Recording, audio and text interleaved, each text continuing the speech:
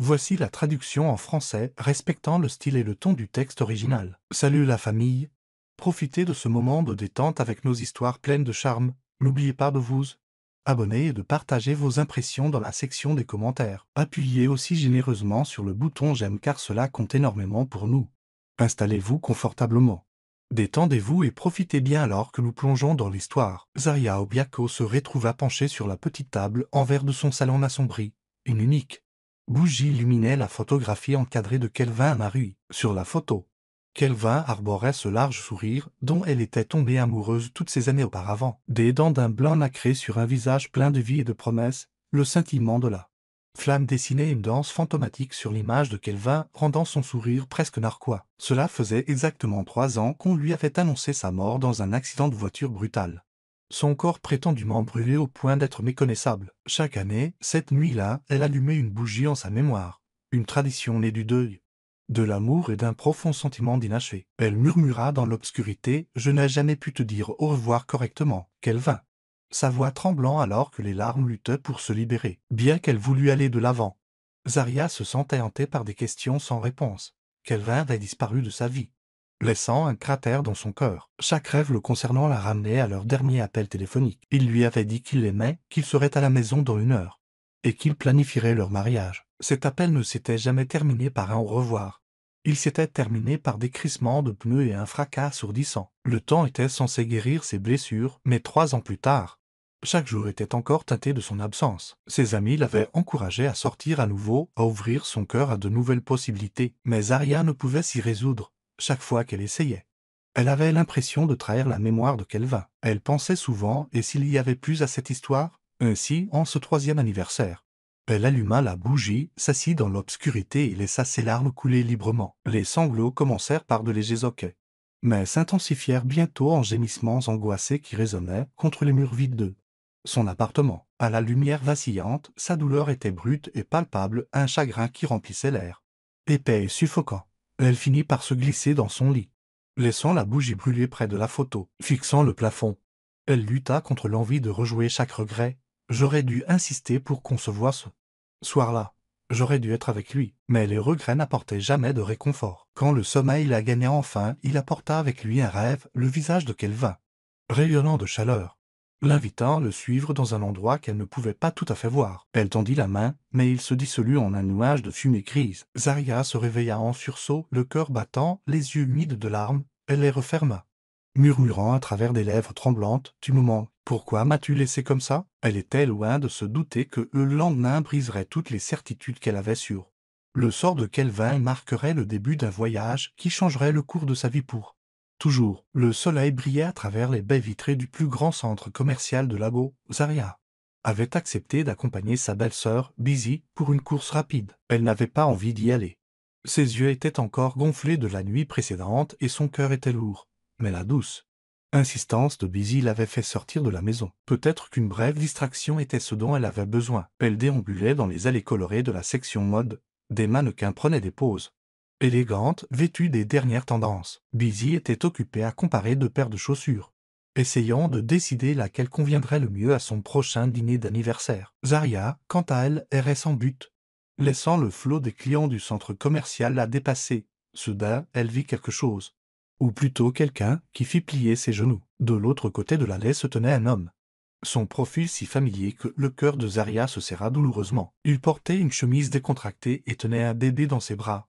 Bien qu'un peu plus âgé, peut-être un peu plus rempli au niveau des joues, son visage était indubitable. C'était Kelvin. Zarya se figea, son esprit tourbillonnant, le cœur battant comme un tambour tribal dans sa poitrine.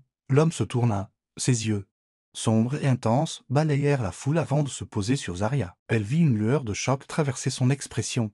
Sa gorge se noua. Elle essaya de parler, mais aucun son ne sortit. Puis une femme, grande, élégante, ses cheveux tressés en un chignon soigné, passa son bras autour de lui. Sa posture était à la fois affectueuse et protectrice. Elle lui murmura quelque chose et il hocha la tête. Zarya peinait à comprendre la scène qui se déroulait devant elle. Kelvin était mort. Il était mort dans un accident de voiture. Ça ne peut pas être vrai, pensa-t-elle. Pourtant, la chaleur de sa peau, la texture de son visage et la courbe de son sourire étaient là. aussi réel que la foule qui se bousculait autour d'eux. Busy finit par remarquer la posture rigide de Zarya. « Zarya, qu'est-ce qui ne va pas? On dirait que tu as vu un fantôme, dit-elle, inquiète. Mais Zarya ne pouvait répondre. Elle leva sa main tremblante et désigna l'homme. « Kelvin, murmura-t-elle. Cet homme, c'est Kelvin. Mon Kelvin. » Elle fit un pas en avant. Mais l'homme se détournait déjà. La femme resserra sa prise sur son bras. Ensemble, ils se dirigèrent vers les escalators. Zarya, chancelante et incrédule, tenta de se frayer un chemin à travers la foule de clients pour le garder en vue. Mais il était trop tard. Sa silhouette disparut dans la marée humaine. Busy attrapa fermement le bras de Zarya. « Zarya, ça va ?» « Kelvin est. Il est. Tu sais que nous l'avons enterré. » L'esprit de Zarya tourbillonnait. Elle entendait à peine Busy par-dessus le vacarme de ses propres pensées. Le fantôme de Kelvin venait de s'éloigner, un bébé dans les bras. Le tourbillon de confusion, de tristesse et un germe croissant de colère commença à prendre racine dans son âme. L'adrénaline envahit les veines de Zarya. Sans cri gare, elle s'élança, abandonnant les sacs de course et une Busy stupéfaite derrière elle. Elle se faufila entre des enfants tenant des cornets de glace, des couples se promenant main dans la main et des employés de magasins tentant d'attirer les passants avec des offres promotionnelles. « Kelvin » cria-t-elle. Son cri se perdit dans la cacophonie du centre commercial. Les gens la regardèrent avec confusion ou agacement. Certains murmurèrent des remarques compatissantes, supposant qu'elle n'était qu'une cliente en détresse cherchant quelqu'un de perdu dans la foule. Soudain, elle le revit. Il se tenait près d'un aquarium géant au centre de l'atrium du centre commercial. Il jeta un regard en arrière, aperçut Zarya, et son visage devint blanc d'un choc indubitable, peut-être même de terreur. Il serra le bébé contre sa poitrine d'un geste protecteur. Les yeux de Zarya se fixèrent sur les siens. L'instant semblait chargé, comme si le monde entier s'était rétréci à un seul point entre eux. Elle était assez proche pour lire son expression, et elle aurait juré que c'était de la culpabilité gravée sur son front. « Kelvin, arrête. C'est moi, Zarya, cria-t-elle. Elle bouscula un groupe d'adolescents prenant des selfies. Mais Kelvin, si c'était bien lui, se déroba à sa vue.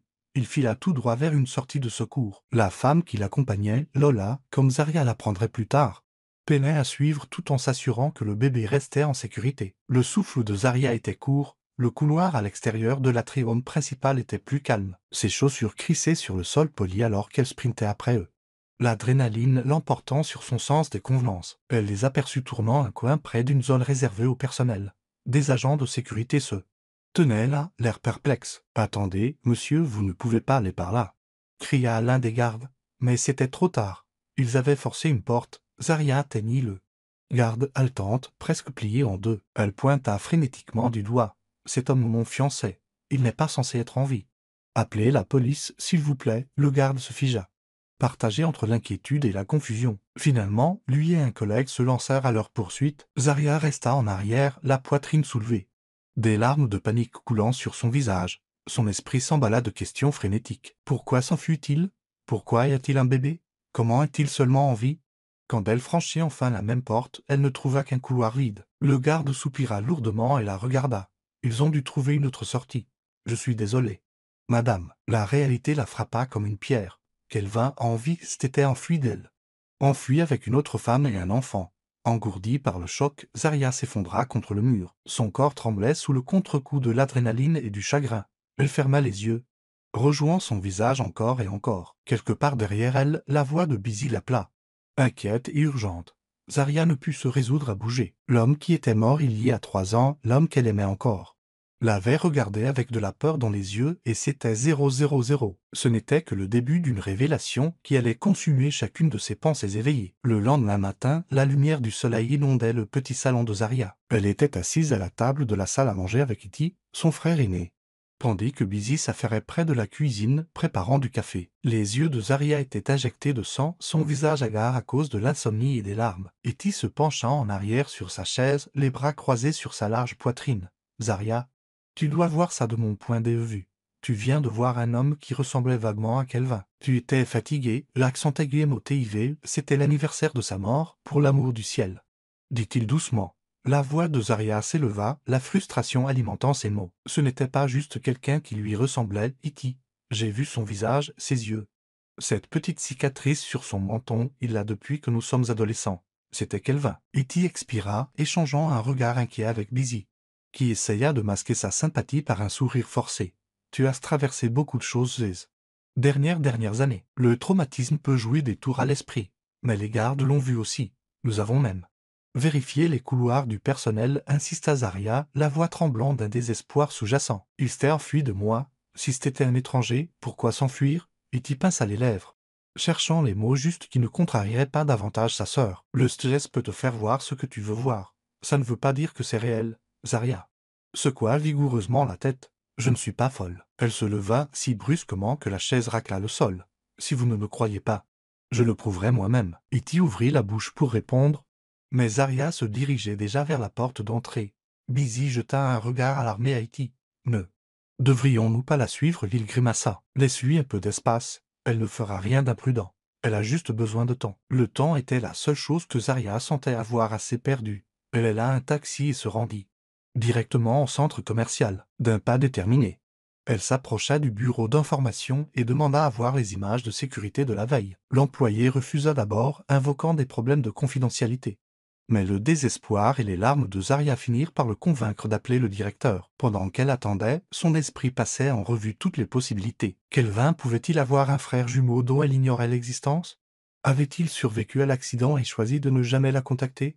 Rien de tout cela n'avait de sens. La colère, la tristesse et une lueur d'espoir se livraient bataille dans son cœur. Quand le directeur arriva, une femme sévère avec un chignon serré.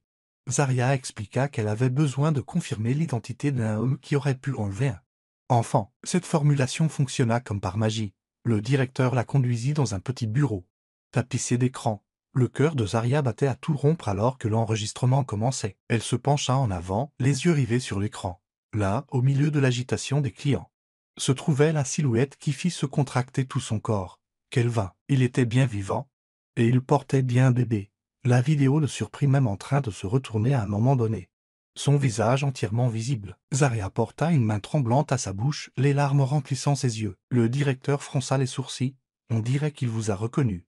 Étrange. Êtes-vous certaine de connaître cette personne? Zarya hocha la tête, luttant pour contenir ses émotions. C'est mon ex-fiancé, murmura-t-elle, la voix tendue par l'incrédulité. Il est censé être mort. Pendant l'heure qui suivit, Zarya regarda et re-regarda les images jusqu'à ce que ses yeux lui brûlent. La caméra montrait Kelvin entrant dans le centre commercial avec la femme, Lola, et le bébé attaché dans un porte-bébé. Il regardait par-dessus son épaule à plusieurs reprises, l'air prudent. Puis, au moment où Zarya les repéra, Kelvin réagit avec un éclair de choc avant de s'enfuir. Chaque répétition martelait la même vérité. Inévitable. Kelvin était bien vivant. Son âme entière semblait vibrer de cette révélation. Pourtant, un millier de questions tourbillonnaient dans son esprit. Où avait-il été pendant tout ce temps? Pourquoi ne l'avait-il pas contacté? Avait-il été forcé de se cacher ou était-ce son choix? Le directeur transféra une copie des images pertinentes sur une clé USB. Zarya la remercia profusément et quitta le bureau, les mains tremblantes à la fois de triomphe et d'effroi. À l'extérieur du centre commercial, elle s'appuya contre un pilier, laissant le soleil chaud de Lago lui chauffer le dos. Elle inspira profondément, essayant de calmer les pensées chaotiques qui menaçaient de la submerger. Une étape à la fois, se dit-elle. J'ai la preuve. Maintenant, je dois comprendre le pourquoi. Avec une nouvelle résolution, Zarya héla un autre taxi. Elle regarda les passants par la fenêtre, son esprit dérivant vers des souvenirs de Kelvin. Dans sa tête, elle rejouait le jour où il l'avait demandé en mariage. Ils étaient dans un complexe hôtelier en bord de mer à Lago, juste au moment où le soleil plongeait sous l'horizon. Kelvin s'était agenouillé, une bague à la main, tandis que les vagues s'écrasaient en arrière-plan. Elle se souvenait de la chaleur dans ses yeux, de sa voix stable mais émue. « Zarya, tu es mon avenir, mon pour toujours », avait-il dit. Maintenant, ce même homme l'avait regardée comme si elle était une menace, s'enfuyant avec une autre femme. L'amertume de la trahison commença à s'infiltrer dans son cœur. Il n'est pas seulement mort. Il a choisi une autre vie. Cette prise de conscience la blessa et enflamma sa détermination. Elle décida qu'elle ne se reposerait pas tant qu'elle n'aurait pas élucidé ce mystère. Pourquoi il avait simulé sa mort? Comment il avait réussi? Et qui était la femme et l'enfant pour lui? Je mérite des réponses, pensa-t-elle. Et je vais les obtenir. Dans la banlieue de Lago, niché dans une ruelle étroite, se trouvait le bureau de la détective Nyasha. La détective lui avait été recommandée par une amie qui avait autrefois utilisé ses services pour retrouver un parent disparu. La rumeur disait que Nyasha était implacable, n'ayant peur ni des ruelles sombres ni de la bureaucratie. L'estomac de Zarya se noua de nervosité alors qu'elle entrait dans la modeste réception des Affiches sur des animaux disparus, des biens volés et des adolescents en fugue tapissaient les murs. Une assistante à l'air ennuyée prit son nom et lui indiqua une petite porte au fond du couloir. Dans ce bureau, Zarya trouva une grande femme au crâne rasé, vêtue d'un simple chemisier et d'un pantalon. Elle avait un regard calme et perçant qui semblait lire à travers l'âme de Zarya. « Madame Obiako ?» demanda la détective Nyasha. « Entrez, asseyez-vous. » Alors que Zarya s'asseyait, elle remarqua le décor minimaliste, juste un bureau, un classeur et une plante en pot qui semblait légèrement flétrie. Le comportement de Nyasha était pragmatique et elle ne perdit pas de temps. « Alors, vous cherchez un homme qui est censé être mort ?» La bouche de Zarya était sèche. Elle expira, puis posa la clé USB sur le bureau. « J'ai des images de sécurité de lui, mon ex-fiancé, Kelvin Amari, que je croyais mort dans un accident de voiture il y a 3 ans. » Nyasha haussa un sourcil. « Il a simulé sa mort ou on a simulé sa mort pour lui ? Quoi qu'il en soit, c'est une affaire sérieuse. Y a-t-il une raison pour qu'il fasse ça ?»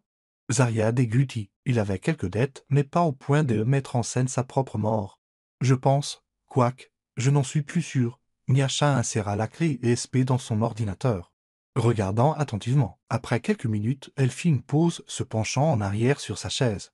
Les lèvres pincées en une fine ligne. « J'ai déjà vu des cas comme celui-ci. Les hommes simulent leur mort pour échapper à des responsabilités, des dettes, des relations, ou parfois des accusations criminelles. C'est plus courant que vous ne le pensez. Surtout quand il y a de l'argent en jeu. Aviez-vous des finances communes ?» Zarya hocha la tête solennellement. « Oui, et nous avions prévu d'acheter une maison ensemble. » Elle n'avait même pas envisagé la possibilité que Kelvin ait pu vider leur compte avant de disparaître. Cette pensée lui glaça le sang. Nyasha tapa un stylo contre son bureau, les yeux fixés sur l'écran de l'ordinateur. « Très bien. Madame Obiako, si vous voulez poursuivre cette affaire, ce ne sera pas facile. Mais je suis partante. Nous commencerons par examiner les dossiers financiers, toute transaction suspecte, et vérifier son ancien réseau. Avec les images, nous pouvons lancer une reconnaissance faciale sur les bases de données publiques, voir s'il est apparu ailleurs. » Une vague de soulagement envahit Zarya. Enfin, quelqu'un qui la croyait sans poser de questions, qui semblait confiant de pouvoir résoudre l'affaire. Elle remercia Nyasha profusément, son cœur s'allégeant pour la première fois depuis cette observation fatidique au centre commercial. En quittant le bureau de la détective, la dernière chose que Zarya entendit fut Nyasha marmonner « Je le trouverai, d'une manière ou d'une autre, nous vous donnerons vos réponses », pendant que la détective Nyasha commençait son travail. Zarya revisita les souvenirs qu'elle avait tenté de refouler. Elle se retrouva sur les lieux de l'accident, un tronçon d'autoroute à la périphérie de la ville. Les mauvaises herbes se balançaient dans la brise, et la faible odeur de caoutchouc brûlé et de métal calciné flottait encore. C'est ici que toute sa vie avait changé. Il y a 3 ans, la version officielle était que Kelvin avait perdu le contrôle de sa voiture, qui s'était retournée et avait pris feu à l'impact. Les autorités lui avaient dit que le feu avait été si intense que seuls des fragments du corps restaient. Les tests ADN étaient apparemment non concluants.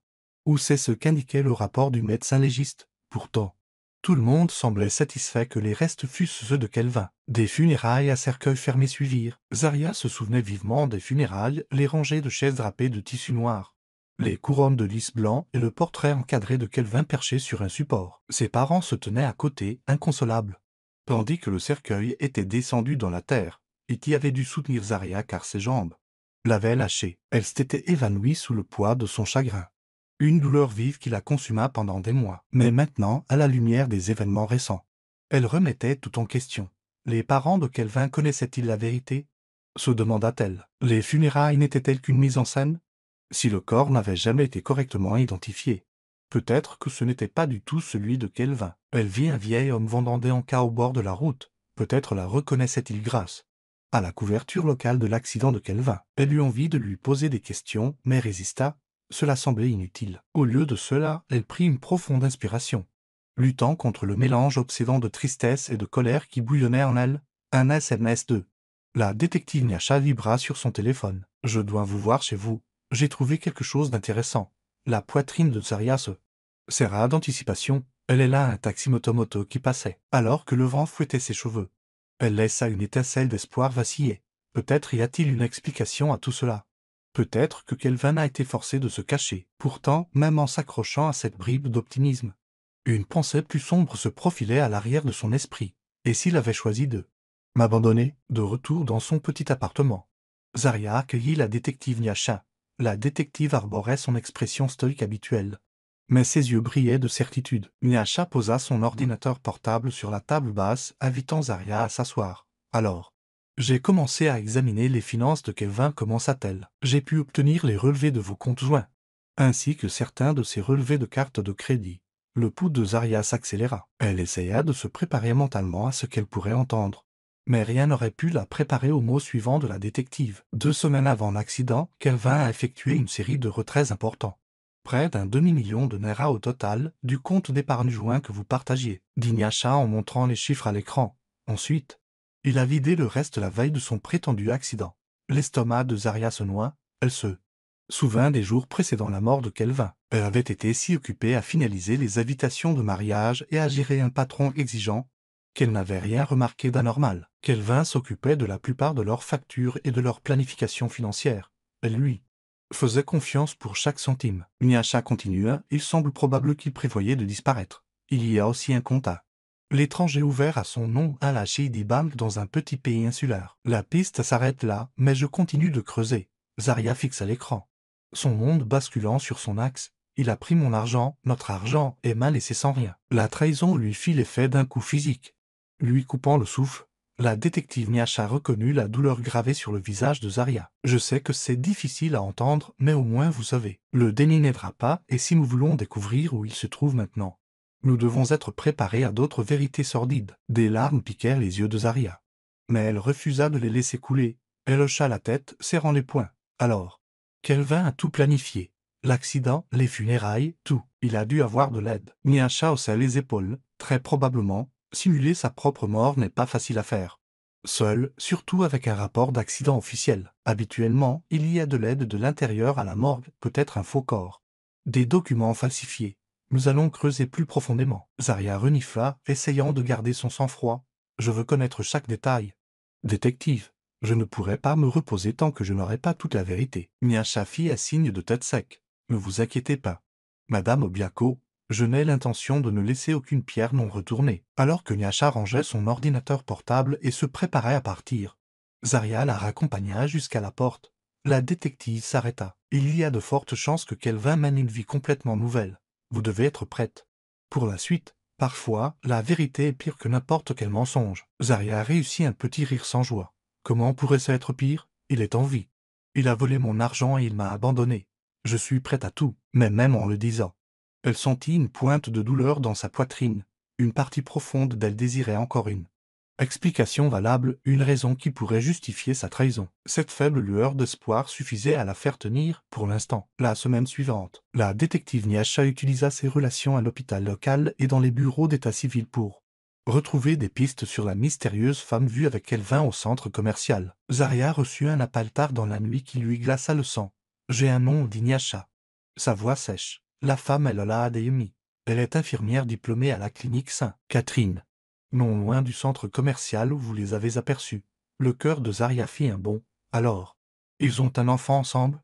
Nyasha expira. J'ai vérifié les registres de mariage public. Lola Adeyemi est mariée à un certain cas. Paul. À Marie. Ils se sont mariés peu de temps après la date de dépôt du certificat de décès de Kelvin. Pendant un instant, l'air quitta les poumons de Zarya. Loda Marie. Ce doit être Kelvin. Il a changé de nom. Dit-elle, engourdie. La dernière pièce du puzzle commençait à se mettre en place. Kelvin avait adopté une nouvelle identité. Il y a plus, ajouta Nyasha. Ils partagent la même adresse. Une petite communauté fermée dans la banlieue de Lago. Elle est copropriétaire d'une entreprise et possède également un compte à l'étranger. De l'argent a été transféré de ce compte offshore à son nom par tranche l'année dernière. Des montants importants. La voix de Zarya tremblait, mi-furieuse, mi-incrédule. C'est donc là que toutes nos économies sont allées? Il les a utilisées pour commencer une nouvelle vie avec elle. Nyasha ne répondit pas pendant un moment, laissant à Zarya le temps de digérer l'information. J'ai vu des cas élaborés. Mais celui-ci est personnel. Si cela peut vous consoler, nous nous rapprochons d'eux. La question est, que voulez-vous faire une fois que nous aurons confirmé le remplacement? Zarya ferma les yeux, les larmes montant à nouveau. Mais à côté de la tristesse, une colère juste s'enflamma. Je dois le confronter. J'ai besoin de réponses sur la raison pour laquelle il m'a fait ça. Nyasha fit une pause. Je rassemblerai plus de preuves. Assez pour une affaire de fraude si c'est la direction que vous voulez prendre. Mais d'abord, confirmons que l'enfant est le sien. L'estomac de Zarya se tordit. D'accord. Tenez-moi au courant. Après avoir raccroché, Zaria s'assit sur le bord de son lit, le téléphone serré dans sa main. Dans ses pires cauchemars, elle n'aurait jamais imaginé qu'Elvin se forgeant une identité entièrement nouvelle. Avec une femme et un enfant, la douleur de la trahison était comme une blessure fraîche, vive et brûlante. Pourtant, éclipsant le chagrin, il y avait une détermination d'acier. Elle irait jusqu'au bout. Quel qu'en soit le coup, Zaria ne pouvait pas dormir, la curiosité et la colère bouillonnaient en elle. La poussant à agir, tôt le lendemain matin, elle appela la détective Niacha. « Je ne peux plus rester les bras croisés. » déclara-t-elle, « je dois la voir. » Niacha n'argumenta pas. « Vous trouverez Lola à la clinique. Sainte-Catherine, elle y travaille en semaine. Mais soyez prudente, ne faites rien qui pourrait compromettre l'enquête. » S'entre-saisissant, Zaria se rendit à la clinique. Le bâtiment était une structure modeste avec une peinture blanche fraîche et un jardin joyeux. À l'avant, elle s'enregistra à la réception, le cœur battant. Quand elle demanda à l'infirmière Lola Adeyemi, la réceptionniste l'orienta vers un couloir. Et là, elle était Lola, dans son uniforme impeccable, un presse-papier à la main. Parlant doucement à un patient. Elle était tout aussi posée que Zaria s'en souvenait du centre commercial. Une grande femme aux yeux intelligents et à l'air professionnel. Zaria sentit son souffle se couper. Cette femme m'a remplacé dans la vie de Kelvin. Une fois Lola seule, Zaria s'approcha.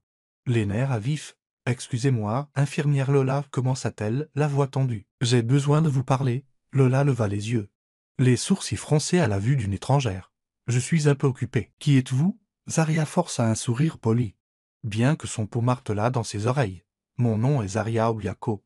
J'ai juste quelques questions. » Instantanément, l'expression de Lola changea. Ses yeux brillants de reconnaissance ou d'alarme. « Je suis désolé. Je ne vous connais pas. » dit-elle trop rapidement en reculant. Zaria sentit une vague de colère. « Je vous ai vu au centre commercial avec votre mari. Il n'est pas celui que vous pensez. » Les yeux de Lola se dirigèrent vers la sortie du couloir.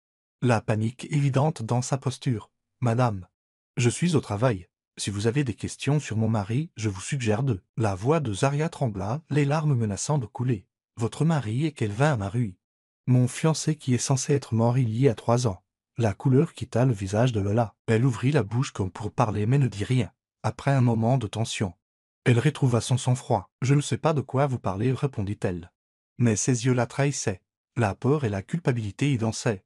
Zaria se rapprocha, baissant la voix. « Dites-lui que je suis sur sa piste. Dites-lui qu'il ne pourra pas se cacher éternellement. » Le regard de Lola s'esquiva, et à cet instant, Zaria sut qu'elle était déstabilisée. Un collègue appela le nom de Lola, lui offrant une échappatoire. Elle se dépêcha de partir, laissant Zaria debout dans le couloir, une tempête d'émotions déferlant en elle. Au moins une chose était claire, Lola l'avait reconnue, et cela signifiait qu'elle allait courir droit vers Kelvin Aliaka. Oh, pour une explication. Zaria ressentit une perverse satisfaction, sachant que leur petite façade parfaite était sur le point de se fissurer. Tard cette nuit-là, Zaria reçut un SMS de la détective Niacha. « Nous avons un plan. Obtenons un échantillon d'ADN de l'enfant. » Le cœur de Zaria martela. Cela semblait extrême. Mais elle avait besoin d'une preuve irréfutable que Kelvin était le père de ce bébé et qu'il avait menti sur tout. Leur opportunité se présenta quelques jours plus tard, lorsque Niacha apprit que Lola emmenait parfois le bébé dans une aire de jeu voisine. Zaria arriva à l'aire de jeu déguisée avec une casquette de baseball, des lunettes de soleil et une tenue décontractée. Elle se posta à une distance de sécurité, observant Lola installer l'enfant, humide, sur une balançoire. Niacha, se faisant passer pour une autre mère, se positionna discrètement sur un banc. Les émotions de Zaria menaçaient de la submerger alors qu'elle regardait le bébé rire et tendre ses petits bras. Un enfant innocent, plongé dans le chaos de la tromperie de Kelvin. Zaria avala la boule qu'elle avait dans la gorge, se rappelant que ce n'était pas la faute du bébé. Après une vingtaine de minutes, Lola sembla distraite par un appel téléphonique. Elle gara la poussette à proximité, s'éloignant de quelques pas pour discuter. C'est à ce moment que Niacha passa à l'action. Avec une dextérité surprenante, elle s'approcha de la poussette, retira une tétine que le bébé venait d'utiliser et la scella discrètement dans un petit sac en plastique. Avant que Lola ne puisse se douter de quoi que ce soit, Niacha plaça la tétine de son propre sac, de conception identique, dans le porte-gobelet de la poussette. Le cœur de Zaria battait la chamade en assistant à cet échange subtil. Elle serra les poings, essayant de calmer la culpabilité qui tourbillonnait en elle. « C'est nécessaire, se dit-elle. Je dois savoir. » Lola revint quelques instants plus tard, sans se douter de rien. Zaria observait derrière ses lunettes de soleil ses émotions emmêlées. D'une part, elle ressentait une vague de triomphe. D'autre part, La gravité de la situation pesait lourdement sur sa conscience. Je suis sur le point d'attester la paternité d'un enfant dans le dos de sa mère. Nyasha s'éclipsa. Discrètement, et Zarya la suivit bientôt, c'est pas mal assuré. Plus tard dans la journée, elles envoyèrent la tétine usagée à un laboratoire privé pour une analyse ADN. L'attente fut angoissante, chaque minute s'écoulant comme une heure, quand les résultats arrivèrent enfin. La pire crainte de Zarya fut confirmée. L'ADN de l'enfant correspondait au profil qu'elle avait. Dans leur dossier pour Kelvin, le petit Yomid était, sans aucun doute, la fille biologique de Kelvin. Zarya fixa le rapport de laboratoire. Une douleur creuse s'installant dans sa poitrine. Il n'a vraiment trahi. Ce n'était plus une possibilité lointaine. C'était un fait froid et indéniable. Elle porta une main à sa bouche alors que des larmes coulaient sur ses joues. La voix de la détective Nyasha était sombre à l'autre bout du fil. « Je suis désolé.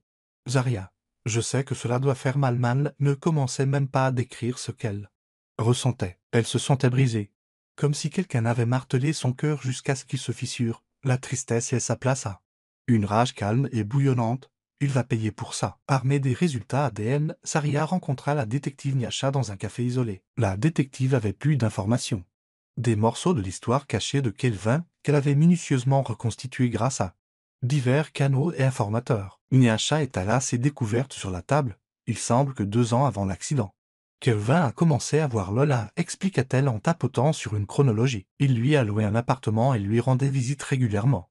Tout en étant fiancé à vous, les yeux de Zarya balayèrent les photographies, les reçus et les journaux de messages textes. Le volume de preuves était écrasant. Il a mené 2 vies, me mentant sans effort pendant 2 années entières. Juste après que Lola soit tombée enceinte, Kelvin a accéléré son plan pour suivre Nyasha. Il a liquidé beaucoup d'actifs, vidé le compte d'épargne et s'était assuré que tous les papiers indiquaient qu'il était mort dans cet accident de voiture. La gorge de Zarya se serra. Elle avait tout donné à Kelvin, sa confiance, sa loyauté, son cœur. Depuis combien de temps prévoyait-il de me trahir? Elle sentit une vague de nausée en se remémorant les moments où il parlait de mariage, d'enfants et de d'un avenir ensemble. La voix de Nyasha l'attira de ses pensées. Nous avons assez d'éléments ici pour une affaire de fraude criminelle, Zarya. La question est, voulez-vous porter plainte, ou visez-vous d'abord la confrontation? Des larmes piquèrent les yeux de Zarya. Elle les essuya, refusant de s'effondrer en public. Sa voix sonna plus froide qu'elle ne l'aurait voulu. Je veux qu'il me fasse face. Il mérite de voir la douleur qu'il a causée et je mérite des réponses de lui en face à face. Nyasha hocha la tête, rassemblant les documents. Compris. Soyez prudente. Les gens qui réussissent des arnaques comme celles-ci ont souvent des ressources cachées. Ils peuvent devenir désespérés lorsqu'ils sont acculés. Zarya prit une inspiration tremblante. Qu'il essaie de s'enfuir à nouveau, dit-elle, une résolution brûlante derrière ses yeux. Il ne courra jamais assez loin. La détective offrit un sourire compatissant avant de partir, laissant Zarya seule avec ses pensées. Elle savait que la confrontation à venir serait aussi douloureuse que nécessaire. La double vie que Kelvin avait construite était sur le point de s'effondrer. Et elle serait celle qui se tiendrait dans les décombres, déterminée à trouver une forme de clôture au milieu du chaos. Assise dans son salon, Zarya examinait les feuilles de calcul que Nyasha avait compilées. Chaque ligne racontait une histoire, virement bancaire, retrait au distributeur, transfert à l'étranger vers des comptes liés à Lola. Le montant total que Kelvin avait détourné dépassait tout ce que Zarya avait imaginé. Dans un accès de colère, elle claqua son ordinateur portable. « Il m'a volé. Nous a volé. L'argent qu'il avait économisé pour une maison, pour le mariage, il l'avait utilisé pour construire une vie avec quelqu'un d'autre. » Elle se demanda si ses parents étaient au courant pour Lola, ou s'ils faisaient aussi partie de l'élaborée dissimulation. Des souvenirs de moments où elle avait discuté finances avec Kelvin lui revinrent. Il la rassurait. « Fais-moi confiance, mon amour, je m'occuperai de tout. » Et elle l'avait cru sans hésitation. La trahison piquait comme une blessure fraîche chaque fois qu'elle se rappelait ces mots. Réconfortant. Il t'y appela. Sa voix était empreinte d'inquiétude. « Zarya, tu n'es pas venue nous voir depuis des semaines. Busy s'inquiète pour toi. » La poitrine de Zarya se serra. Elle n'avait pas beaucoup parlé de ses découvertes. Haïti, il était sceptique au début, et elle craignait qu'il n'essaie de la dissuader de poursuivre la vérité. Mais après tout ce qu'elle avait appris, elle ne pouvait plus rester silencieuse. « J'ai découvert que Kelvin a mis en scène sa mort, » dit-elle sèchement. « Il est en vie, marié à quelqu'un d'autre. Et ils ont un enfant. » Il y eut une longue pause au bout du fil. Quand Haïti parla enfin, sa voix tremblait. « En es-tu absolument sûr? » « Positive, » répondit Zarya. « J'ai les images de sécurité et les dossiers financiers. Il n'y a aucun doute. » Une série de jurons s'échappa des lèvres de Haïti. « Je n'ai même pas de mots, Zarya. Je suis tellement désolé. » Pourquoi ferait-il ça? C'est ce que je compte découvrir, dit Zaria, la mâchoire serrée. Elle expliqua les grandes lignes de l'enquête de la détective Niacha et les détails qui se dévoilaient sur la double vie de Kelvin. Iti soupira lourdement. Je suis là pour toi, Sorette. Fais-moi savoir si je peux faire quelque chose. Peut-être que je peux aider sur certains aspects. Juridique ou parler à la police. Le ton de Zaria s'adoucit. Merci. Pour l'instant. Essaie juste de calmer Busy. Je dois gérer ça à ma manière. Après la fin de l'appel. Elle ferma les yeux, se penchant contre le canapé. Oui, elle avait un frère qui la soutenait et une détective implacable à ses côtés. Mais le poids de la trahison de Kelvin pesait toujours sur elle, rendant la respiration difficile. « Je vais m'en sortir », se rappela-t-elle, même si son cœur semblait brisé en 1000 morceaux. À chaque révélation, le puzzle de la mort mise en scène de Kelvin devenait de plus en plus clair. Mais une pièce restait particulièrement troublante, le rôle des parents de Kelvin. Ils avaient insisté sur des funérailles hâtives et avaient même refusé une deuxième autopsie. Lorsque le rapport du médecin légiste n'était pas concluant, Zaria arriva à la maison de la famille Amarui. Une modeste maison de 2 étages avec une pelouse bien entretenue. Elle fut accueillie par un silence gêné de la part de la mère de Kelvin. Hubble, le visage aimable de la femme âgée, portait les rides de l'inquiétude et des nuits blanches. Zaria, dit doucement Hubble en s'écartant pour la laisser entrer. Ça fait un moment, nous ne t'attendions pas. Zaria força un sourire poli en entrant dans le salon où le père de Kelvin, Tind, était assis. Feuilletant un journal. Dès qu'il l'aperçut, ses yeux se détournèrent, coupables. Elle ne perdit pas de temps. Je sais que Kelvin est en vie, dit-elle. La voix tremblante mais résolue. Je l'ai vu au centre commercial. J'ai des preuves. La couleur. Quitta les joues d'Hubble. Tind posa le journal d'une main tremblante. Le silence dans la pièce était suffocant. Finalement. Tind s'éclaircit la gorge. Zaria, c'est compliqué. Hubble s'affaissa sur le canapé. Les larmes déjà au bord des yeux. Il est venu nous voir peu de temps avant les funérailles. Il nous a dit qu'il avait de gros ennuis, des viuriers, des menaces sur sa vie. Il a dit que la seule façon d'être en sécurité était de disparaître. Complètement. Zaria serra les poings, la colère montant. Alors vous l'avez aidé à simuler sa mort? Demanda-t-elle, la voix brisée. Vous m'avez laissé souffrir. M'avez laissé enterrer un cercueil vide. Hubble se mit à sangloter doucement. Il a insisté que c'était pour la protection de tout le monde. Nous l'avons cru. Nous ne savions rien de cette autre femme, ni du bébé. Tind expira lourdement. Nous ne l'avons pas questionné, Zaria. Nous sommes désolés. Mais il a dit que si nous disions quoi que ce soit à qui que ce soit, y compris à toi, il serait tué. Nous voulions juste que notre fils soit en sécurité. Des larmes brouillèrent la vision de Zaria. J'ai pleuré à ses funérailles, pensant l'avoir perdu pour toujours. Et vous m'avez regardé? Vous n'avez jamais dit un mot. Hubble s'approcha pour toucher la main de Zaria. Mais Zaria se retira. Nous n'avons jamais voulu te faire de mal, murmura-t-elle. Mais nous croyions vraiment qu'il était en danger. Nous ne savions pas qu'il avait d'autres motifs. La colère parcourut Zaria. Elle se leva, faisant les 100 pas. Il a vidé nos comptes en banque. A-t-il jamais mentionné ça? Les 2 parents semblèrent choqués. Tind secoua la tête. Non, il ne nous a rien dit de téléphone. Zaria se passa une main sur le visage, essayant de garder son sang-froid. Il y a plus. Il a épousé une autre femme, a un enfant avec elle. J'ai été laissé dans le noir pendant 3 ans. Pleurant comme une idiote. Hubble sanglota plus fort. Tandis que Tind détournait le regard de honte. Nous ne savions pas, Zaria. Si nous avions su, nous n'aurions jamais accepté de l'aider. Zaria voulait crier. Se déchaîner contre eux pour leur complicité, mais elle vit leur regret sincère. Et cela tempéra sa fureur. À la place. Elle secoua la tête avec consternation. Il nous a tous utilisés. Un silence pesa dans la pièce. Finalement, Tind parla. Nous ferons tout ce que nous pouvons pour t'aider maintenant. Dis-nous ce dont tu as besoin. Zaria renifla, ses larmes séchant sur ses joues. Alors soyez prêts à témoigner contre lui si cela s'avère nécessaire, dit-elle. La voix ferme. Les parents de Kelvin échangèrent des regards peinés avant de hocher la tête. Nous le ferons, dit doucement Hubble. Nous te devons bien ça. Sur ce. Zaria se tourna pour partir, en fermant la porte derrière elle. Elle sentit une vague de colère tempérée par une sorte de soulagement épuisé. Maintenant. Même les parents de Kelvin reconnaissaient la vérité. Les funérailles qui lui avaient déchiré le cœur étaient bâties sur des mensonges. Et bientôt, ces mensonges seraient mis à nu pour que le monde entier les voie. Dans la solitude de son appartement cette nuit-là, Zaria arpentait le sol tandis que son esprit tourbillonnait d'émotions contradictoires. Elle était furieuse contre Kelvin, contre ses parents. Et même contre elle-même pour avoir été si naïve. Les murs semblaient se refermer sur elle. L'air épais d'un ressentiment refoulé. Soudain, elle poussa un cri guttural.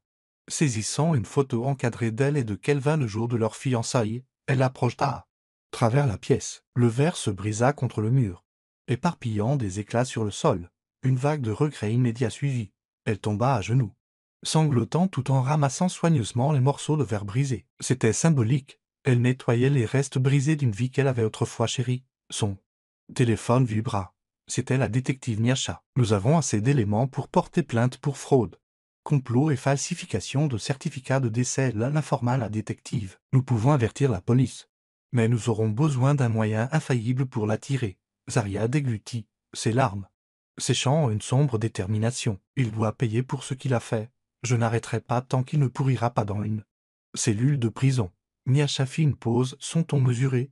Nous ferons ça dans les règles. Mais souvenez-vous, cela pourrait devenir compliqué. Il pourrait essayer de disparaître à nouveau. Ou même s'en prendre à vous. Zarya laissa échapper un rire amer. Il peut toujours essayer. Il a volé mon avenir, ma paix, mon argent et mon amour. Je ne le laisserai pas s'échapper cette fois. Quand l'appel se termina, elle prit un stylo et du papier, esquissant ses prochains mouvements. Elle se coordonnerait avec Nyasha pour tendre un piège auquel Kelvin ne pourrait résister. Alors si tentant qu'il tomberait droit entre leurs mains. La rage bouillonnait dans sa poitrine, se transformant en une féroce détermination. Elle fixa le visage de Kelvin sur des fragments restants de la photographie. Tu vas tomber, marmonna-t-elle. Il regretterait le jour où il avait pensé pouvoir enterrer son cœur avec sa fausse mort. La détective Nyasha était un maître en matière de coups montés. Autour d'une table encombrée dans son bureau, elle dévoila son plan à Zarya. E.T. est un associé de confiance spécialisé de l'épée dans les contrefaçons et le traite. Je du côté. Kelvin aime l'argent, c'est clair. Commença Nyasha. Nous allons lui tendre un appât qu'il ne pourra pas refuser. E.T. hocha la tête. Mon entreprise a réalisé des bénéfices importants récemment. Je peux mettre en scène un scénario où Kelvin croira qu'un héritage ou un investissement important attend un héritier perdu, comme il utilise le nom K. O. Damarui. Nous créerons une histoire sur un héritage dû à cette identité. Zarya le regarda, l'inquiétude et l'anticipation se nouant dans son ventre. Tu es sûr que ça va marcher? Kelvin pourrait suspecter un coup monté. Nyasha tapa sur un dossier. Nous allons rendre ça convaincant. Nous avons de faux documents juridiques, un notaire complice et même une lettre à l'aspect officiel envoyée à son adresse. Une fois qu'il verra qu'il a une chance de signer des documents lui donnant accès à des millions, sa cupidité devrait l'emporter sur toute prudence. Zarya tripota son téléphone, l'anxiété montant. Et s'il s'enfuit à nouveau avant que nous puissions le coincer? Mais elle repoussa cette peur, se concentrant sur l'objectif plus grand. D'accord, dit-elle. Faisons-le. L'équipe travailla méticuleusement. L'entreprise devait y créer un compte fictif spécial avec des fonds apparemment réels. Une fausse identité fut créée pour un parent riche, à la recherche d'héritiers légitimes de la lignée d'Anarui. La détective Nyasha orchestra même un lien généalogique crédible, glissant des noms de parents éloignés du côté du père de Kelvin. Enfin, ils rédigèrent une convocation à l'aspect officiel pour K. O. Damarui, l'exhortant à se présenter à un bureau désigné pour réclamer son héritage. Nyasha insista pour qu'il choisisse un bâtiment où les forces de l'ordre pourraient facilement être postées. La nuit précédant l'envoi de la lettre, Zarya put à peine dormir. Elle pensa à toutes les manières dont Kelvin pourrait leur filer entre les doigts ou comment il pourrait riposter. Mais chaque fois que le doute faisait surface, elle se souvenait de sa trahison. Et sa résolution se durcissait. Tôt le lendemain matin, la lettre fut expédiée. Tout ce qu'il pouvait faire maintenant, c'était attendre. Les jours s'écoulèrent avec une lenteur angoissante. Zarya sentait son estomac se nouer chaque fois que son téléphone vibra, s'attendant à moitié à apprendre que Kelvin avait découvert la ruse. Mais un après-midi, la détective Nyasha habla avec une pointe d'excitation dans la voix. Il a mordu à l'hameçon. Dit Nyasha. Nous avons reçu une réponse de K. O. Damarui. Il a demandé un rendez-vous mardi prochain au bureau désigné. Le cœur de Zarya s'emballa de soulagement et de peur. Alors, ça va se faire? Oui, il a pris rendez-vous avec l'avocat spécialiste des successions, qui est en fait un détective de notre unité. Nous aurons des caméras cachées installées. Êtes-vous prête? Zarya regarda son salon. Les yeux posés sur la photo brisée encore enveloppée dans du papier de soie, elle déglutit. Difficilement. Je suis aussi prête que je ne le serai jamais. Le plan était qu'elle observe derrière une vitre sans teint, hors de vue mais assez proche pour entendre chaque mot. Au moment où Kelvin avouerait ou vérifierait son identité, la police interviendrait. C'était un plan infaillible sur le papier. Pourtant, une terreur rampante rongeait Zarya. Kelvin est rusé. Va-t-il vraiment tomber dans le panneau si facilement? Mais la cupidité l'avait déjà aveuglé. Et ils espéraient qu'elle le ferait à nouveau. E.T. offrit un soutien moral. Bien que ses yeux brillassent d'une colère protectrice, je serai là aussi. Je veux voir le Visage de cet homme quand il réalisera qu'il ne peut pas s'en tirer. Zarya réussit un sourire crispé. Elle attrapa sa main. Reconnaissante de sa présence, finissons-en une bonne fois pour toutes. Mardi arriva avec une atmosphère lourde de tension. Le rendez-vous était fixé pour midi dans un bureau de location aménagé pour ressembler à un cabinet d'avocat. Zarya, Iki et la détective Nyasha observaient depuis une pièce cachée, à travers une grande vitre. Déguisés en miroir, ils pouvaient tout voir se dérouler dans le bureau principal. L'horloge tournait de manière menaçante. Chaque minute semblait durer 1 heure. Puis, la porte s'ouvrit et le cœur de Zarya faillit s'arrêter. Qu'elle va. Se faisant désormais à l'écart. O rentra. Il portait un costume simple mais d'apparence coûteuse, prenant clairement soin de paraître en tout point l'héritier légitime. Ses cheveux étaient légèrement plus longs, et son visage portait des signes subtils de vieillissement, mais c'était indéniablement lui. Les yeux de Zarya brûlaient de larmes qu'elle refusait de laisser couler. Le voir de si près, après des années de deuil, semblait surréaliste. Elle posa une main sur sa poitrine, sentant son cœur s'emballer. Iki passa un bras rassurant autour de ses épaules. Dans le bureau principal, Kelvin salua l'avocat spécialiste des successions, qui était un détective infiltré. Leur petite conversation fut tendue, chaque mot empreint de prudence. Kelvin affirma avoir un vague souvenir d'un oncle ou d'un cousin qui aurait pu être riche. Ses yeux balayaient la pièce, comme s'il cherchait des pièges. Mais la mise en scène bien conçue semblait le calmer. Puis vint le moment de signer les documents. Le détective fit glisser un faux formulaire juridique sur la table. Si vous voulez bien signer ici pour confirmer votre identité, K.O. Rui et votre droit à hériter de ses actifs. Kelvin hésita, le stylo en suspens, avant de signer quoi que ce soit. Je veux vérifier l'existence des fonds. Nous avons les relevés bancaires ici, répondit le détective infiltré, présentant de faux documents. Kelvin étudia les documents, hochant lentement la tête. La cupidité brillait dans ses yeux. L'estomac de Zarya se noua. Il est si à l'aise pour mentir. Elle se souvint de la façon dont il lui tenait la main. Comment il planifiait un avenir dont elle réalisait maintenant qu'il n'avait jamais été réel. Finalement, Kelvin posa le stylo sur le papier. Il signa de sa nouvelle identité, K.O. Rui. Au moment où le stylo se leva, la détective Nyasha, cachée dans une pièce voisine, donna un signal silencieux. Elle fit un signe de tête à Zarya. Prête. Le cœur de Zarya battait. La chamade. Elle pinça les lèvres, hochant la tête. C'est maintenant ou jamais. Elle ouvrit la porte du bureau principal, y entrant avec des jambes tremblantes. La tête de Kelvin se redressa brusquement. À l'instant où il la vit, son visage se vida de sa couleur. Il se leva brusquement, manquant de renverser sa chaise. Zarya, tu es censée pleurer ta mort, siffla-t-elle en s'approchant. Sa voix tremblait de rage. C'est toi qui es censé être mort. Pendant une fraction de seconde, Kelvin ressembla à un animal piégé, ses yeux allant de Zarya au détective, puis à la sortie. Puis, comme par instinct, il tenta de s'enfuir, mais 2 officiers en uniforme bloquaient déjà la porte. Zarya sentit une énergie parcourir ses veines. Elle le gifla fort sur le visage. Un silence stupéfait remplit la pièce, rompu seulement par la respiration saccadée de Kelvin. À cet instant, le temps sembla suspendu. Elle plongea son regard dans ses yeux et murmura « Tu as détruit ma vie, maintenant. » Fais face aux conséquences. Ils se déplacèrent dans une salle d'interrogatoire sécurisée au sein du bâtiment. La police prit la déposition de Kelvin tandis que Zarya observait derrière la vitre sans teint. Il ne cessait de jeter des regards vers la vitre, conscient qu'elle était de l'autre côté. À l'écoute, la détective Nyasha mena l'interrogatoire. Kelvin commença par clamer son innocence, affirmant que tout n'était qu'un malentendu. Mais confronté aux preuves images, dossiers financiers et tests de paternité, il n'eut d'autre choix que de dire la vérité. J'avais des dettes, dit-il, la voix tremblante au début. Des usuriers me menaçaient. Je n'avais aucune issue. Je devais recommencer à zéro. Lola était déjà enceinte. Je ne pouvais plus gérer 2 vies. J'ai dû choisir. Ces derniers mots firent se serrer la poitrine de Zarya. Des larmes menacèrent de la submerger. Il a dû choisir, et il a choisi Lola. Mais la détective était implacable. Pourquoi ne pas avoir été honnête avec Zarya? Pourquoi simuler votre mort et ruiner sa vie? Les yeux de Kelvin brillèrent d'une cruauté voilée. Je ne l'ai jamais aimée comme elle m'aimait, marmonna-t-il. Écoutez. Zarya était pratique. Mais Lola m'a donné une raison. Elle portait mon enfant.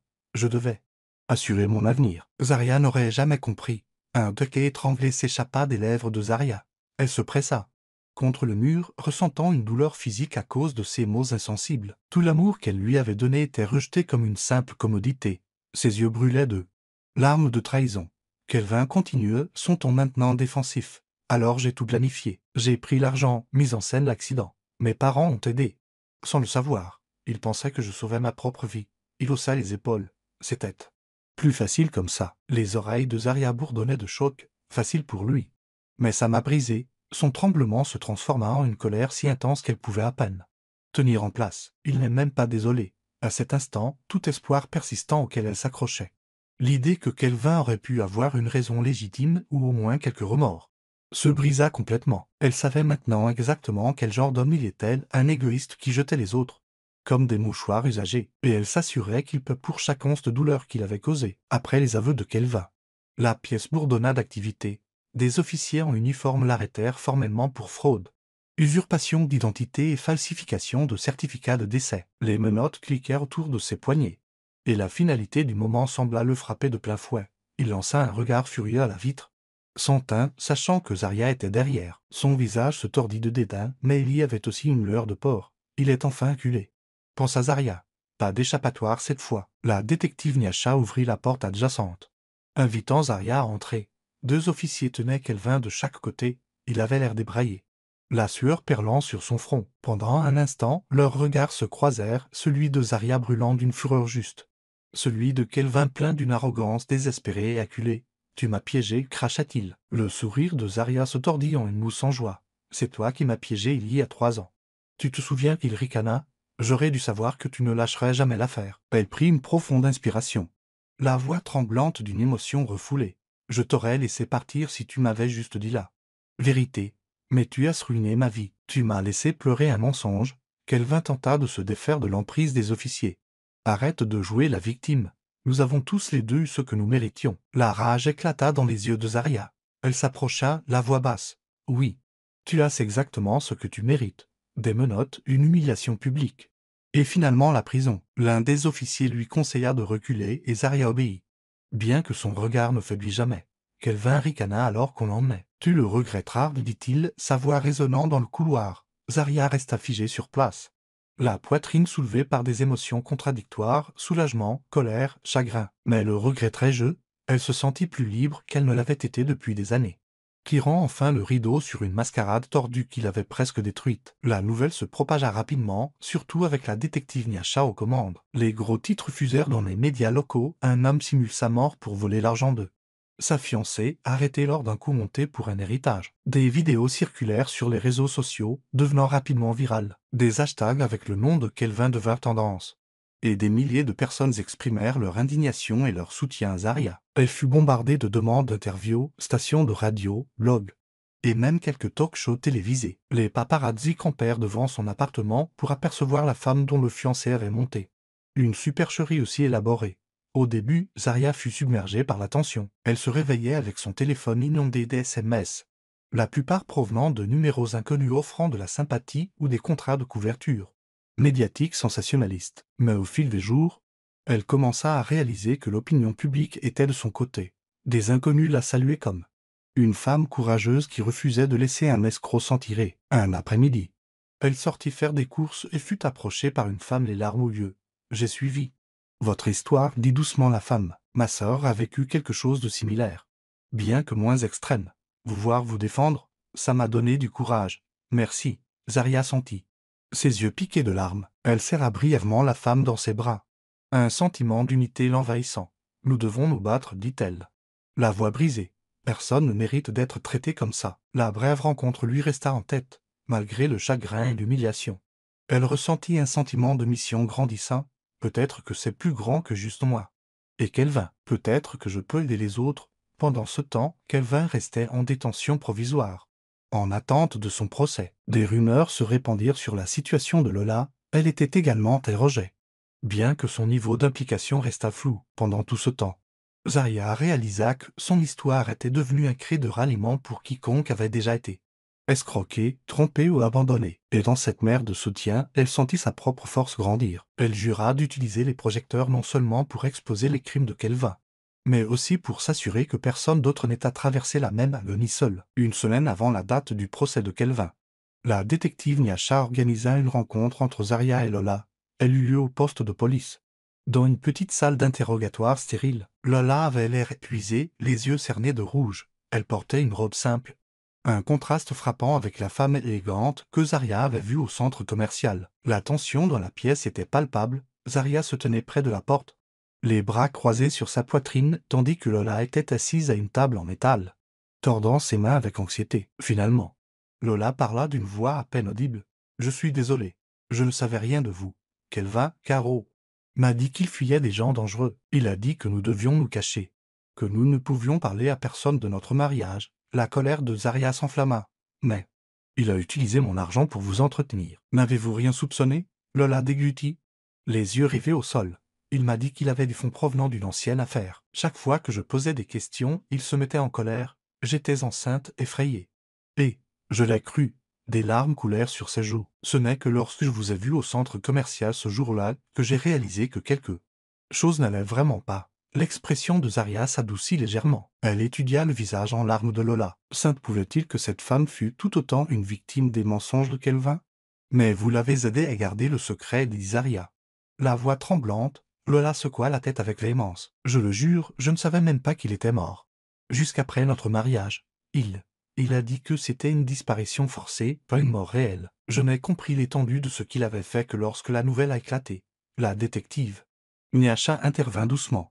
Lola a proposé de coopérer avec l'accusation. Elle a déjà fourni des preuves que Kelvin l'a contrainte à garder le silence sur leurs finances. Elle témoignera au tribunal qu'elle n'a jamais su qu'il vous escroquait. Zaria aspira profondément. Un mélange de soulagement et de ressentiment persistant tourbillonnant dans sa poitrine. « Est-ce vrai, Lola? Témoignerez-vous contre lui ?» Lola hocha la tête, les larmes brillant encore. « Je le ferai. J'ai un enfant à protéger. Il m'a menacé aussi, m'a dit que si jamais je parlais, il disparaîtrait à nouveau et me laisserait sans le sou. Je ne peux pas vivre comme ça. » Zaria l'étudia longuement. Elle est aussi une victime, peut-être pas aussi directement. Mais Kelvin a aussi ruiné sa vie. La tension dans ses épaules se relâcha, remplacée par une sympathie prudente. « D'accord, dit-elle doucement. Alors, assurons-nous toutes les deux qu'il paie pour ça. » Lola hocha la tête, essuyant ses larmes. « Il ne sentira pas cette fois. » La détective Nyachar accompagna Lola. Zaria resta, fixant la chaise vide où Lola s'était assise. Elle ressentit une pointe de tristesse inattendue. Kelvin a détruit la vie de 2 femmes, peut-être plus. Le cercle de sa trahison était plus large qu'elle ne l'avait imaginé. Mais avec Lola de leur côté, il n'y avait aucun doute. Les jours de liberté de Kelvin à Maru y étaient comptés. La justice était enfin à portée de main. Le palais de justice bourdonnait d'anticipation le jour du procès de Kelvin. Les journalistes se bousculaient pour obtenir une place à l'extérieur, les appareils photos crépitant chaque fois que Zaria apparaissait. Elle gardait le regard droit devant, ignorant le barrage de questions qui lui était crié. Vêtue d'un simple tailleur noir, elle marchait d'un pas déterminé, accompagnée de la détective Nyasha et d'une équipe juridique que Iti avait aidé à constituer. À l'intérieur, la salle d'audience était bondée. Kelvin fut amené, les mains menottées mais la posture tendue. Il croisa brièvement le regard de Zaria, une lueur de défi dans les yeux. Elle soutint son regard sans ciller. Les débats commencèrent. L'accusation exposa l'affaire, certificat de décès frauduleux, détournement de fonds communs, falsification de documents légaux et le préjudice moral infligé à Zaria Obiako. Les preuves furent présentées les unes après les autres, les dossiers financiers, les images de sécurité du centre commercial, le test ADN confirmant la paternité de Kelvin, et les témoignages de Zaria et Lola convint le tour de Zaria à la barre. Elle sentit son pouce accélérer. La salle d'audience se tut lorsqu'elle prêta serment. Elle regarda Kelvin, puis se tourna vers le juge. D'une voix claire et stable, elle raconta leur relation le jour du prétendu accident, et la prise de conscience déchirante qu'il était non seulement en vie, mais qu'il lui avait tout volé. Les émotions menacèrent de l'étouffer, mais elle continua, la détermination guidant ses paroles. Elle termina son témoignage par une déclaration finale percutante. « Il m'a enterré émotionnellement. Pendant 3 ans, j'ai vécu dans l'obscurité, pleurant quelqu'un qui avait choisi de m'abandonner. Aujourd'hui, j'enterre son souvenir. Et je suis ici pour m'assurer qu'il subisse les conséquences de ce qu'il a fait. » Un murmure étouffé se propagea dans la foule. Même le juge sembla ému par ces paroles. Kelvin s'agita inconfortablement, le regard baissé. Après une courte suspension, la défense tenta de plaider que Kelvin était sous la contrainte du jurier, qu'il n'avait eu d'autre choix que de simuler sa mort. Mais le témoignage de Lola démantela cet argument, révélant comment Kelvin avait manipulé tout le monde pour son gain personnel. Finalement, le juge rendit son verdict. Kelvin fut déclaré coupable de multiples chefs d'accusation. La peine serait déterminée lors d'une audience ultérieure, mais la condamnation était certaine. Zaria expira, ressentant à la fois du soulagement et de la tristesse. Kelvin fut escorté menotté. Son expression oscillant entre la colère et le regret. Zarya le regarda partir, le cœur battant dans ses oreilles. Elle avait parcouru un long chemin depuis la femme brisée, allumant une bougie pour un fiancé mort. Maintenant, elle était libérée des chaînes de sa tromperie. En sortant, la frénésie médiatique éclata de nouveau, mais cette fois, elle marcha la tête haute, ignorant les flashs des appareils photo. Elle avait gagné non seulement au tribunal, mais en reprenant sa vie des griffes de la trahison de Kelvin à Marie. Dans les semaines qui suivirent le procès, Zarya se retrouva sous des projecteurs inattendus. Les offres pour partager son histoire affluèrent. Podcast, événements pour l'autonomisation des femmes et interviews dans des magazines populaires. Les gens étaient captivés par la façon dont elle s'était battue contre un homme qui lui avait volé non seulement son argent, mais aussi son sentiment de sécurité et de confiance. E.T., toujours le grand frère protecteur, l'exhorta à canaliser cet élan en quelque chose de significatif. Lance une organisation, suggéra-t-il un soir lors d'un dîner décontracté chez lui. Et d'autres femmes qui ont été escroquées ou manipulées. Au début, Zarya hésitait, elle se sentait encore fragile, le processus de guérison ne faisant que commencer. Mais plus elle y pensait, plus cela avait de sens. Si mon histoire peut aider les autres, peut-être que je peux transformer cette douleur en une mission. C'est ainsi que naquit la Fondation Phoenix, un groupe de soutien juridique et de défense des femmes victimes d'abus financiers et émotionnels dans leurs relations. Grâce aux subventions et aux dons affluents de sympathisants, Zarya pu doter la fondation d'avocats, de thérapeutes et de conseillers financiers bénévoles. Lors de la cérémonie d'ouverture, Zarya se tenait à un pupitre, une bannière de la Fondation Phoenix derrière elle.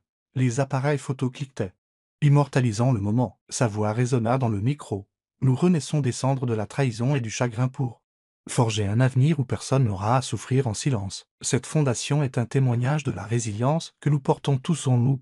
Les applaudissements retentirent. Des larmes brillèrent dans les yeux de Zarya, mais c'étaient des larmes de fierté, pas de douleur. E.T. et Busy lui souriaient depuis le premier rang. Et même la détective Nyasha se tenait sur le côté, les bras croisés avec un petit sourire aux lèvres. Zarya s'était en effet relevé, tel un phénix renaissant des flammes de la tromperie, désormais déterminé à guider les autres à travers le feu pour qu'ils puissent eux aussi trouver leur force et leur liberté. 1 an plus tard, la vie avait pris un nouvel éclat pour Zarya, bien que les cicatrices soient restées.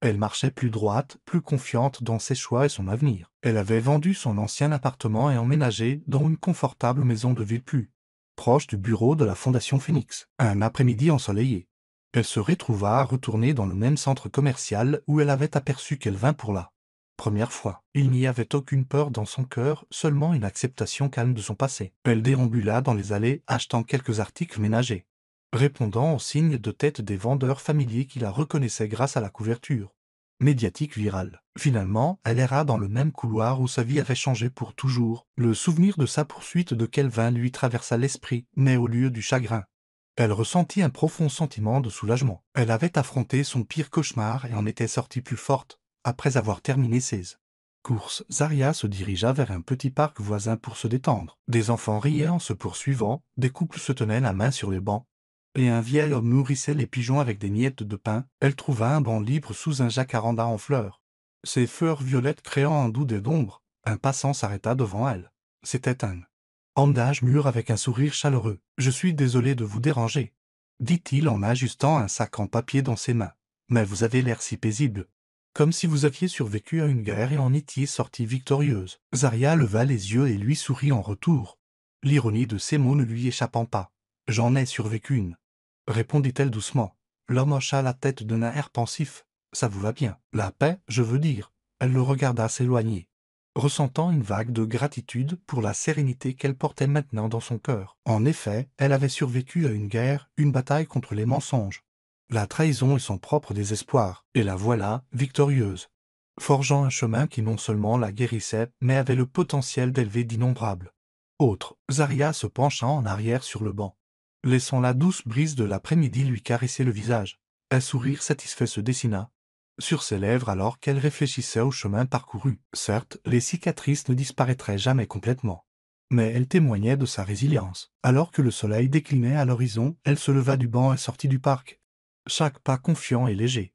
Elle ne portait plus le poids d'un passé qu'il avait autrefois défini. Au lieu de cela, elle avançait vers un nouveau chapitre. Un chapitre rempli d'un espoir sincère et de la promesse d'un lendemain plus radieux. « Je suis ravi que vous soyez allé jusqu'au bout, J'espère que l'histoire vous a plu. N'hésitez pas à appuyer généreusement sur le bouton j'aime et à vous abonner pour d'autres récits captivants comme celui-ci. Nous aimerions beaucoup avoir votre avis. Quelles leçons avez-vous tirées de cette histoire? Partagez vos réflexions dans les commentaires ci-dessous. On se retrouve dans la prochaine histoire.